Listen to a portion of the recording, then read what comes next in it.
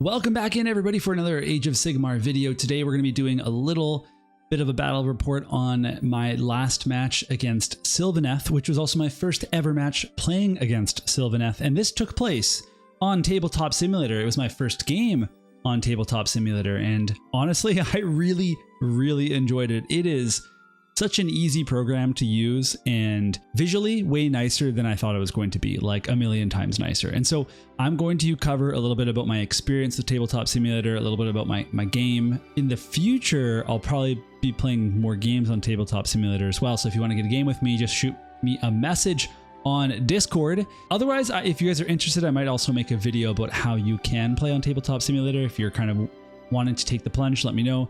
And that's something that I can do. But otherwise, let's talk about it. One of the cool things about Tabletop Simulator is that you can play anybody anywhere in the world, and my opponent is from Germany, which is pretty cool. They reached out on the Discord. They said they'd be willing to kind of teach me the ropes, and they did give me a ton of information about how to actually play on Tabletop Simulator, and we were able to have a game that went about 3-ish rounds in a couple of hours. It took us longer because we did a lot of setup in terms of like me learning some of the hotkeys and playing around with things and just like chatting. But I can see how you can make it as fast, if not faster, than a regular game of Age of Sigmar, because there's no transport time and physically moving things around. There's hotkeys and dice rolling is quite simple, etc. So the list that I'm running, I'll put it in the description, I guess, is one that I shared recently, actually, in my last video about list building, so you can check it out there and my thoughts on it there. And my opponent was running a list which I don't actually have a copy of, but you'll kind of see the models in a second here. And they were running a Sylvaneth list that was not meant to be a like sweaty, crush me list, because they're a top level player and it's my second game of the GHB, and so I'm a little bit behind. I'm playing a pretty decent cities list because I've got 20 Cavaliers. So I mean, you've got something good there. I've got Pontifex and Estra, etc. I've got Command Corps. So I'm not running a bad cities list. I had one cannon, but no cannon formation. But I wasn't playing the most meta version of the cities list. And I still have lots to learn about kind of how to best play all the different maps that we can play. And then also, how to play cities optimally in the new GHB. So we were playing on the Passing Seasons map, which is the first map or battle plan in the GHB. I'd never played it before. My opponent told me, wow, you picked a challenging one. And I'm like, really? It's the first one. It should be simple, but what it is. There's only 4 objectives here, and 2 of them are the Gnarl Root and 2 of them are the Oakenbrow, and which one you can score on changes every round, and so it requires some flexibility, some movement. The Gnarl Root objectives, those are actually in your deployment zones, and so it's very difficult to take those on the turns that you need to score on them, and so it kind of leads to some pretty even scoring if you're not getting battle tactics, which is what happened. So we never actually had an underdog while we were playing to take advantage of the healing thing for, or the +1 to wound if you're the underdog or anything like that. But otherwise, you score 5 for each of these objectives that you hold the Gnarl Root in the rounds 1, 3, and 5. And then in 2 and 4, you get 5 points for each Oakenbrow objective that you hold. So let's go take a look at deployment. Okay, so we're looking at the deployment now, and we're going to be drawing on this in Microsoft Paint because I don't know if there's a better way to draw on this, but this is just a screenshot of my match. At least of the deployment part, so we can talk a little bit about it. So we can see here that we've got a pretty cramped deployment zone. It's a smaller one. And also these 2 terrain features are pretty in the way, but they also create a very interesting little gap that you can try to kind of protect your inner forces here. And so my plan didn't really factor in anything that my opponent was doing because I didn't know Sylvaneth. I've never played against Sylvaneth, and so I didn't really worry about that. But over on the right side, I had a 10-pack of Scourge of Ghyran Cavaliers with the Cavalier Marshal, and I had another group down here. We also had some Wildercorp Hunters, the command corps, and then a little command center with the cannon, the fusilier major, a battle mage, a foot marshal, and Zenestra. So in the case of this deployment, I guess I could have done this in Tabletop Simulator. I could have just recreated it or something, but maybe we'll do that next time. So the idea here was that, you know, I'm going to score on the first turn. I'm going to be able to score this home objective. Sorry, scratch that. I said score the home objective, but that was not turned on in the first turn. It was actually these gnarl root ones here that were the ones that we had to get out to. So I did a pregame move with my Wildercorp hunters that were down, Wildercorpers, down in the bottom left here, and I towed onto this objective with my Cavaliers, bringing the Cavalier Marshal up to the top. And the idea here was that I could try to hold the top objective and I could redeploy back off of the bottom objective with the Wildercorp hunters. I could move my main forces up the middle a little bit, not too far, but that would allow me to push my cannon and to push my fusilier major forward as well, because with a 24-inch range, they could actually start to hit the army here. Some of these units were in cover and were in obscured, but obviously with flying units and also Belthanos right over there, then it was something that was reasonable for me to have some targets for shooting. The idea was that at some point Callison Toll could come kind of off screen here, you know, to attack from the side, which is what ended up happening, but it didn't work out that well. But anyway, this was kind of my initial game plan. Something I talked about with my opponent afterwards was having these Cavaliers out here was really maybe not the best place in terms of getting the value out of them, because that's 320 points plus the 110 from the Cavalier Marshal. And so all of a sudden you're at 430 points and they're sitting out on kind of this zone over here.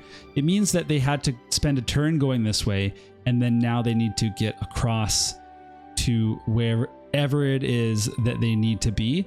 And you're kind of just saying, here's points that I'm not going to be spending. It's something that I wasn't thinking about in that way, and it's something I'll have to think about more in the future. If we take a look at what my opponent said, he kind of had a recommendation for me. It's that I actually have my Wildercorp hunter, so I have one down here and I move another one out to the right side, but then my Cavaliers would actually be through the middle, and so one of them could be screened by the corpse, or maybe they're just both there in the middle with the Cavalier Marshal between them. This is an interesting strategy because it's very difficult to charge this. If you charge it, both of the Cavalier groups have a chance to go into combat, and if they both go into combat, then what you have is double the red work rolls to try to count as having being charged. Either one of them can activate the Marshal to having charged, and once that happens, you can turn on a first strike, and all of a sudden your opponent's charge becomes your first strike charge. And it just is such a risk for your opponent that they would be very apprehensive about doing that. That would allow you to dictate the game a little bit more and basically come up the field and make a big charge to pin your opponent. And if that charge doesn't work out, then in the next hero phase, you use Zenestra to just teleport back to the safe zone and kind of set up the same thing all over again if you want to. So that was really interesting. So in that case, the Wildercorp hunters, the one that's here, they would be out on this side. They would just try to steal objectives here and mess around, take on, there's the revenants there that they could fight. And I could use my shooting in that case to support them, because it's going to be a little bit harder out in these corner territories. It's going to be harder to get that obscuring rule. And so that kind of makes a lot of sense as well. And that was very cool idea. And so that's something I might try in the future. It has a bit of a unique scenario with these two pieces of terrain here that allow there to be such a pressure point where I could just stack a bunch of Cavaliers. That might not necessarily be the case, but it's an interesting idea to try out, because I'm so used to keeping my Cavaliers very safe because you can't risk them getting charged. But I think part of the Scourge of Iran Cavaliers is to allow them to be charged at times, especially, again, with Zenestra, you teleport them away, and then when your turn comes, they can charge back in again. So we can talk through the game a little bit. It didn't go super well for me, and maybe what I'll do is I'll draw some stuff on the battle plan here, but I'll actually cut some of the footage over top of the video so you can see when some of these things were happening. I'll have to find it because it's a big recording. I did what I said I was going to do. You know, I brought these units out here. I brought my Cavaliers out there, and they brought their Revenants around the side to take this objective. And then there were some, I think the Flyers came and took this objective. But what I didn't expect was Balthanos to come charging in at me, to charge into the command core, to hop over them into this space, and to almost kill my cannon. Now, my cannon survived with a bit of luck, to be honest with you, and that was pretty lucky. But then Balthanos striked and faded and was all the way back to the deployment zone. And they would be able to do that repeatedly with multiple units. So what ended up happening was I tried to extend into the middle space, and I tried to cast some manifestations to plug up the areas that I didn't want Balthanos to jump into. Unfortunately, I wasn't casting spells very well, so I either got unbound or I just failed. I'm trying to think. I think I only got off a single spell the entire game, which was the Horrorghast manifestation. I didn't get off any other ones. I also rolled 3 to 4 ones on prayers, but luckily Zenestra re-rolled those. They weren't all in a row, so double one, I believe, would not work for her. But I think 3 different times I rolled a 1 on her prayer and was able to re-roll that. So thank God for that. But even so, I actually I didn't have like any double prayers or anything. Oh, I think maybe I had just 1, but either way, yeah, that's what we're talking about.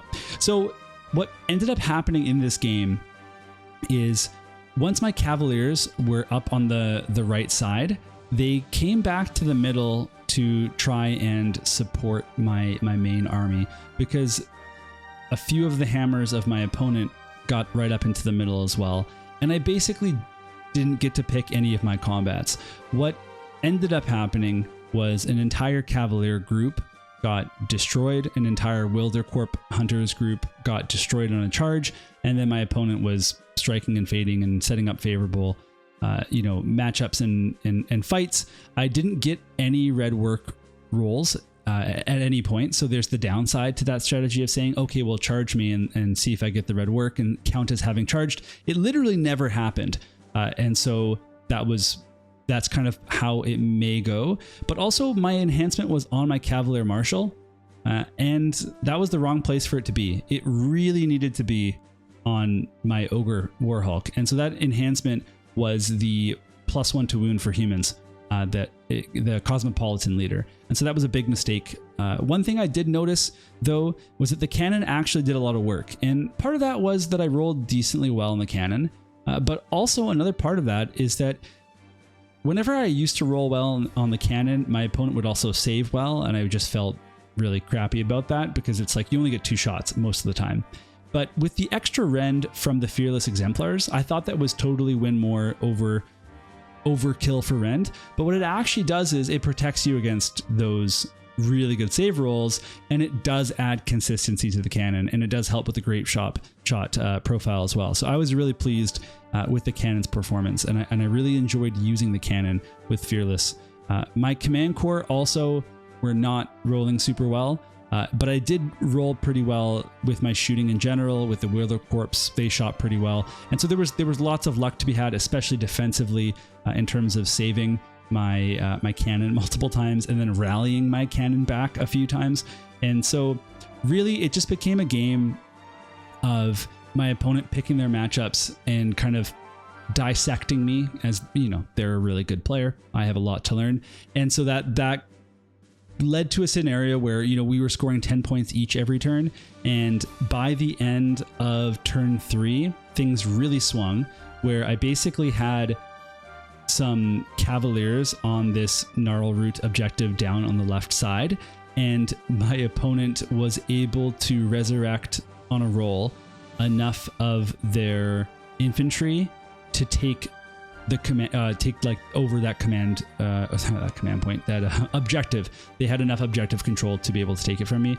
And at that point, being denied those points, I was really kind of in trouble. I also had a really hard time with Balthanos. I brought him down to, I think, only a couple health left and wasn't able to kill him. And once that happened, I fully like it just basically all of my firepower essentially didn't actually matter that game. And so not killing him was kind of a big turning point as well. With the flying guys, I'm totally blanking on their names. I killed one of them and they had a pretty hard roll to make to resurrect one, and they did it. And so that was pretty tough as well. So I started going for the guys, the Kurnoth hunters with the scythes. I tried to take them out. They're pretty tough. And so that indecisiveness of picking my targets was also a problem. Although with shooting, oftentimes I was just shooting at who was available.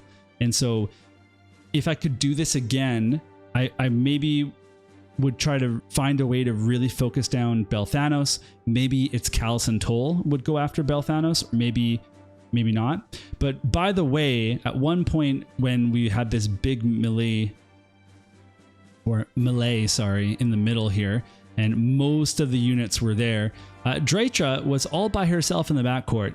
I put Callison Toll down to try to go in for a kill, and we failed multiple charges.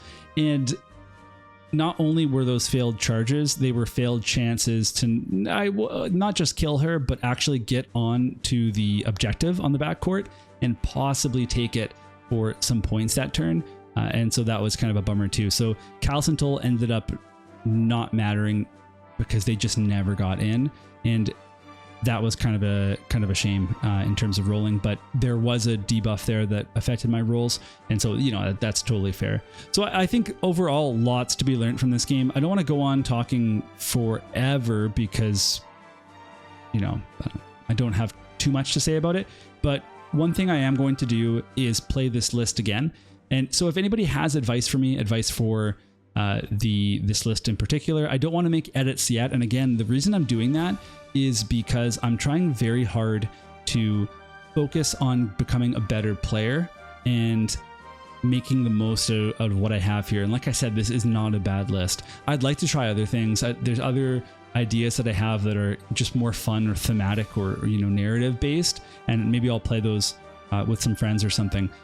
But in terms of trying to become a better competitive player, I need to play this list a few more times and try to get the most out of it before I start making adjustments. Because already last time I played, one of the adjustments I thought about was, what if I had a second wizard instead of the cannon? That could be an Alchemite Warforger, or maybe I'm going to cut the Cavalier Marshal. But then the cannon ended up being really awesome this game, and I really enjoyed it. So, you know, it's too early to say. I like that the cannon brings a level of threat to your opponent. Even if it doesn't end up doing that much, they will possibly overextend to try to kill it. And that's really helpful. It's just one of those things that people zone in on and get really worried about. And so that's kind of fun. It's also a lot easier to now be aggressive with it if you get first turn and then teleport it back in the next turn so that it's in a safe place, which is kind of cool. So that's going to be it for this video. Actually, it's not, because I didn't even talk about one of the things I wanted to talk about, which was Tabletop Simulator as a whole. And this was a little bit less organized of a video, and I apologize for that. I'm actually going camping tomorrow morning, so I've been packing all night, and then I just really wanted to get one more video out. So here I am recording. But my next battle report will be, I'll actually script up a little bit more, write some more notes. I'll take more notes after I play, etc. And so I can have a more focused narrative of what happened. But I do appreciate everyone that, made it this far. So just in terms of the Tabletop Simulator, it is really easy to use. Like, once you get started with it, every time you move a model, there's an automatic ruler. There's hotkeys to bring up the different zones of auras. So if you want to see if somebody's wholly within 12 inches for an order for Cities of Sigmar, you can do that. If you want to see if somebody's within cannon range, you can just do that. There's no debating it. It's just right there. And there's so many other things like quick rolling and, cutting out the rolls that didn't hit, didn't wound, the saves that didn't make it, etc. And you can do things very, very quickly. The actual setup to play is so quick. You download the game, you download 2 packs or like kind of community builds that have been made. Amazing work, by the way, the people that work on those. And then you're off to the races. You have to make your list so that you can import it quicker. I mean, you don't have to do it that way, but it's way better if you kind of go into the game solo. You build up like you put all your models on the table, and then you it's almost like you cut and paste them. Like you save them as a save file, and then you load that into the game, and there goes your army right onto the table, and then you start, rolling off and deploying and doing all that fun stuff. So it's a really intuitive system, I think, and as soon as you get the hotkeys down, it looks really amazing to play, like really seamless. And the scans of the models, like the picture that we looked at for a lot of this video, did not do it justice.